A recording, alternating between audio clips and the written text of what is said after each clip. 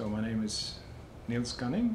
I am the Norwegian ambassador in Brazil, and I'm here to talk with the audience of CartaCapital. The first thing I would like to say is that to reach the level of equality that we have between genders in Norway today took a long time. This doesn't happen overnight.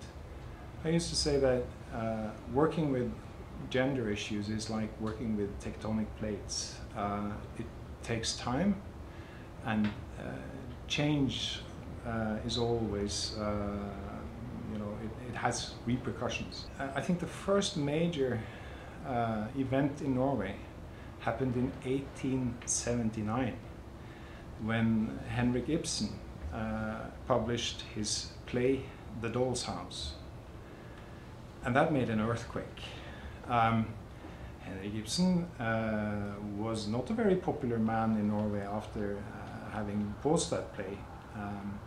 If you remember Nora, in the end of that play, she leaves her husband and she leaves her children. And that was a major shock for a lot of people, not just in Norway, but in Europe at that time. That's 140 years ago. So this process takes time.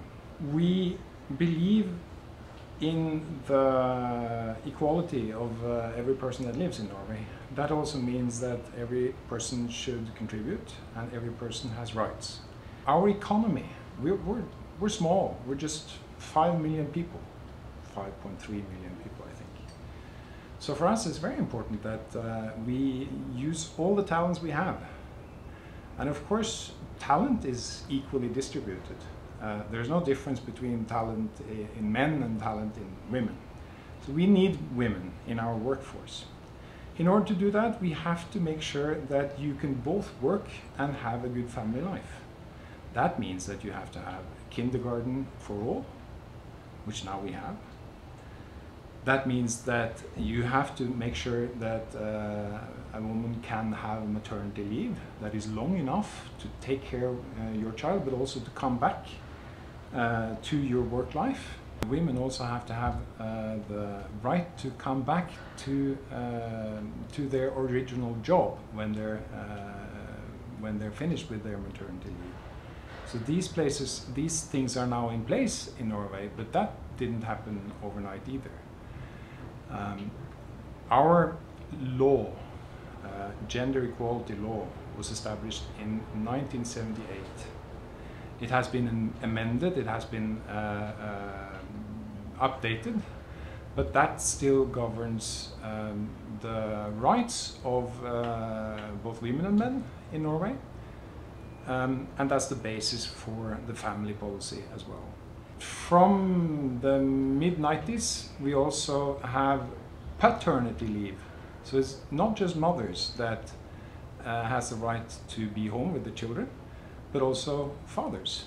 And we believe that this is important both to ensure that men understands the value of being home for some months with your child, and also to enable both men and women to be away from work for a period of time and come back and continue their career.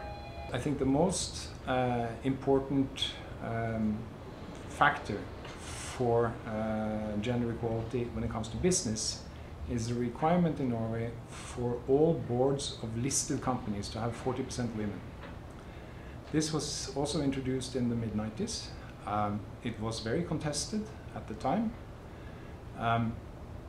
But the interesting thing is that all the men that were against this when it was introduced, when they were interviewed 5-6 years later, they said that no, we need the women there because they introduced a whole new range of issues and aspects and points of view to how we run our business that actually helps us to be more efficient.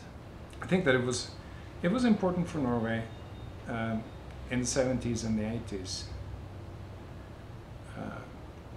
to change the mentality of society, that several ministers of finance said that we need women not only just to work, but to be part of the whole economy.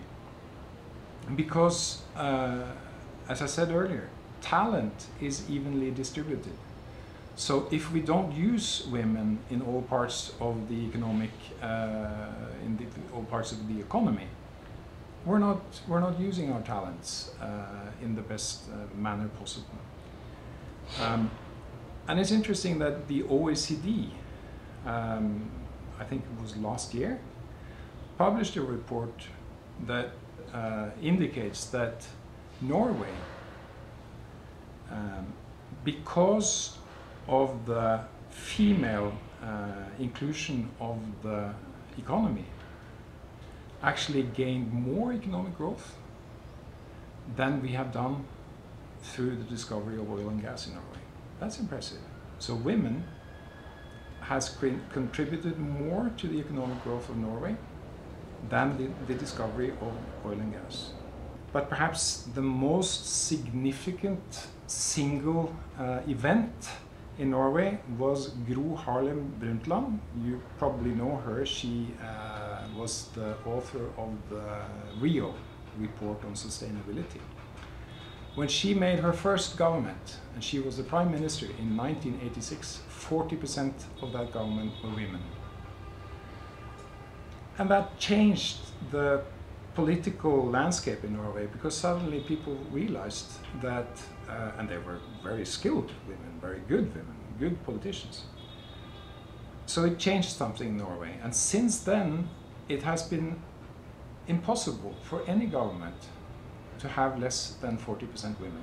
That it was expected after that. And nowadays our Prime Minister is a woman, our Minister of Foreign Affairs is a woman, our Minister of Finance is a woman, and no one thinks anything, you know, it doesn't really matter to us if it's a woman or a man. They're good, and that's what counts.